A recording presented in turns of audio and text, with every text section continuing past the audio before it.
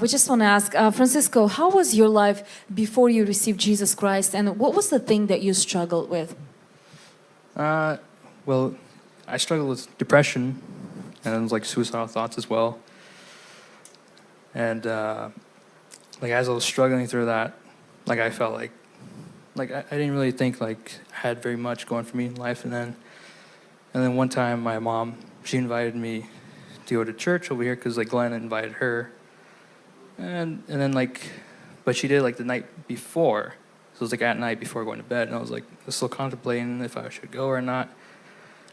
And I was like making all the excuses in my head, like, should I go or should I just stay? Make an excuse, like, no, I don't need to go, you know?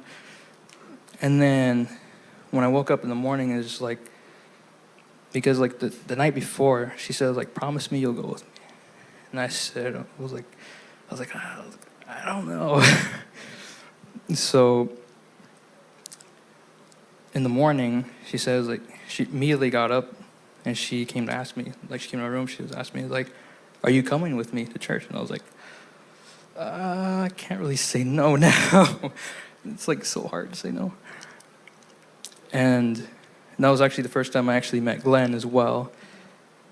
So that morning you came to church for the first time when your mom brought you, right? For how long did you struggle with depression and kind of like those, suicidal thoughts? I struggled with those suicidal thoughts for at least like 6 or even 7 years. And so what happened during that service, that Sunday morning? How did you receive Jesus Christ, and how was your life different afterwards? Well, during that time, like when I first got to church, Glenn asked me like right away, he's like, would you like to give your life to Jesus? And I was like, what does that even mean? I was like confused. And he was like, all right, I'll just, I'll just wait until the end of the service, and then I'll call you up, and then if you make a decision by then, you can do it. And I was like, okay. So as the sermon went on, towards the end, like I was like, okay, I'll give it a try and I'll see what happens. And then he called me up, and then I gave my life to Jesus that very day. Come on, you guys, let's put our hands together for Jesus Christ. That's the best decision that a person can ever make in their life, is to surrender their life for Christ. And after that, what happened to your life? Like, what happened with the depression that you were struggling? Well, the depression pretty much went away. Like, it felt completely different. And then actually that exact same day, like, Glenn was like, hey, you want to go, evangelizing? I was like, yeah, let's do this.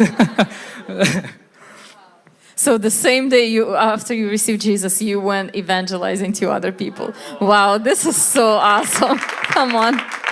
Our God is so amazing. And this is one of so many examples that, so many different lives changed and how God touches lives. We're just so happy for you, Francisco.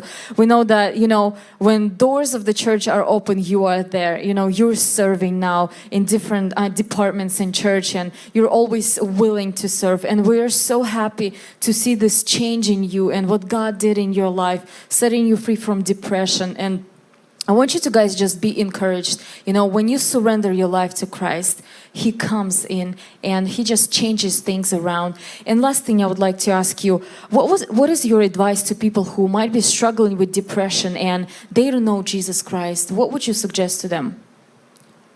I would say, like, don't give up.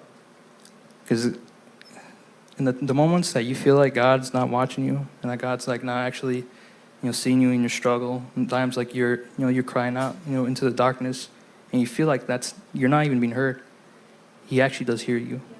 Like in those times when you feel that you are worthless and that you feel like you're nothing, you're actually worth everything, because that's why He sent Jesus Christ to the cross to die for us. Amen. Wow, this is so awesome. Thank you so much. I almost teared up. So powerful. God is there in your lowest point of the time. Amen. And Francisco, we know that you don't have a car at the moment, and you've been coming and asking for rides, for people giving you rides, and you're serving here at church faithfully. And today this is gonna change. And we as a church, we have an amazing surprise for you prepared. And yeah, we want to give you a car. Here we go. We're just like blown away, you know, how God changes lives. And we want to be a part of that, you know, just a small thing of giving you a car. Thank you so much. He's like shocked. That's awesome. God bless you. Thank you so much. Thank you for everything. Thank you for watching this content. I know this was a blessing to you.